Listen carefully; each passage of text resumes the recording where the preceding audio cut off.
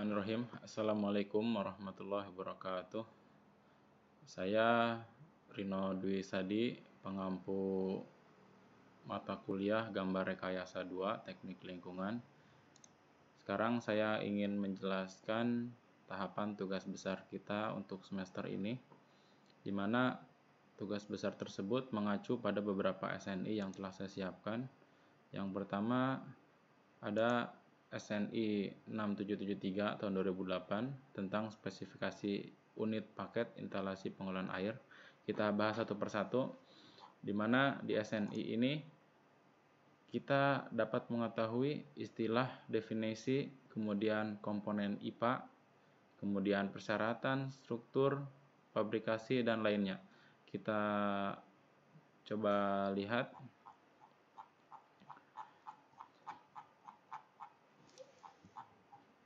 Nah ini, jadi sebelum kita merencanakan sebuah instalasi pengolahan air, kita harus sangat memahami dulu proses dari pengolahan air tersebut. Yang pertama jelas kita mengambil air dari sumber air baku, baik itu sungai maupun waduk maupun mata air. Kemudian diukur dengan alat ukur debit, dan unit paket IPA terdiri dari pembubuh, koagulan, koagulator, flokulator, kemudian clarifier atau sedimentasi, kemudian pemberian desinfeksi. Setelah itu ada lagi unit filter, kemudian ditampung di reservoir atau bak penampung, kemudian selanjutnya dipompa ataupun gravitasi didistribusikan ke rumah-rumah. Di distribusi pun ada yang namanya jaringan distribusi utama maupun jaringan distribusi pembagi. Itu semua bakal kita bahas di tugas besar kali ini. Yang pasti SNI ini harus kalian pahami dulu sebelum jauh membahas tentang perencanaan instalasi pengolahan air. SNI selanjutnya ada SNI 6774, lanjutan dari SNI 6773 tahun 2008, tata cara perencanaan unit paket instalasi pengolahan air. Di sini dapat kita ketahui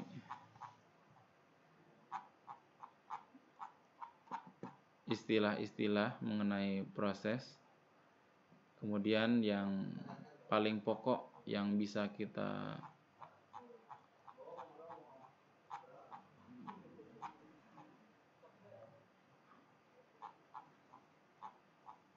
ini yang paling pokok yang bisa kita perlukan dalam keperluan tugas besar kita. Di halaman 11 ada bagian 9 kriteria bangunan, di mana sebuah instalasi pengolahan air itu memerlukan bangunan A, bangunan IPA-nya itu sendiri yang tadi telah saya sebutkan, mulai dari bangunan intake hingga bangunan distribusi. Kemudian yang B, ini adalah ketentuan dari SNI, ada ruang pembubuh, kemudian ruang jaga, ruang pompa, ruang genset, kemudian ruang laboratorium, kemudian ruang gudang, kemudian ruang penyimpanan bahan bakar kimia. Bagian B ini, bangunan penunjang dari IPA, itu bisa disesuaikan dengan lingkungan. Seperti halnya kita bisa menambahkan bak sampah, kemudian kita bisa menambahkan gardu listrik, dan seterusnya. Itu menyesuaikan dengan lokasi perencanaan kita. Dan yang bagian C ini ada sarana pembuangan lumpur, yaitu terpisah dari bangunan instalasi pengolahan air, di mana hasil dari pengolahan tersebut, baik hasil pengurasan, pengendapan, atau pencucian saringan, itu disediakan sarana pembuangannya atau sludge drying bed SDB. Mungkin itu dari spesifikasi teknis air minum SNI 6774. Di sini juga sebenarnya jika kita amati ada spesifikasinya, dimana misalkan bahan bangunan pelengkap harus begini dan begitu dan seterusnya. Ini bisa kalian baca. Saya jelaskan secara singkat dulu. Kemudian untuk lebih detailnya saya masuk ke SNI 7831 yang tahun 2012 tentang perencanaan sistem penyediaan air minum.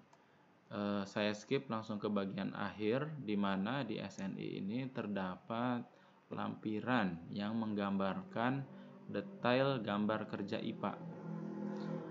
Dalam instalasi pengelolaan air ini bisa kita lihat komponen-komponen yang ada pada IPA.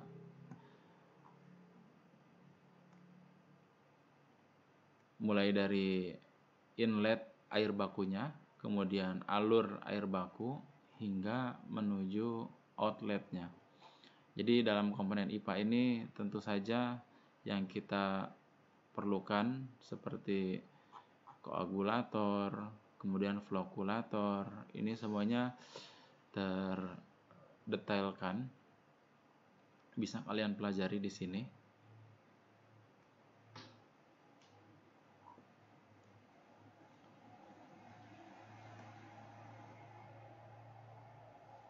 Kemudian setelah IPA kita masuk ke sistem pendistribusiannya. Di SNI 7511 tahun 2011 ada SNI dengan judul Tata Cara Pemasangan Pipa Transmisi dan Pipa Distribusi. Saya perlu jelaskan, pipa transmisi itu pipa yang menghantarkan air dari bangunan intake menuju IPA. Sedangkan distribusi ini pipa yang menghantarkan air dari reservoir menuju sambungan rumah. Kemudian ada beberapa fasilitas bangunan pelintas pipanya. Langsung saya skip saja menuju gambar-gambar teknisnya.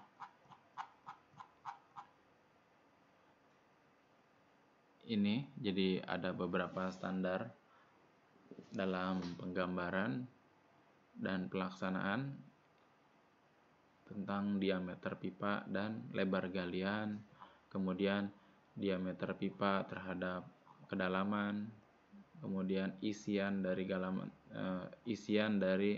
galian tersebut. Seperti ini, ada tanah uruk, peletakan pipa, dan urugan penutup. Ini semua perlu waktu untuk mempelajarinya, sedangkan kita mungkin akan terfokus pada gambar saja. Itu tadi tentang SNI. Selanjutnya akan saya jelaskan mengenai tugas besar kita.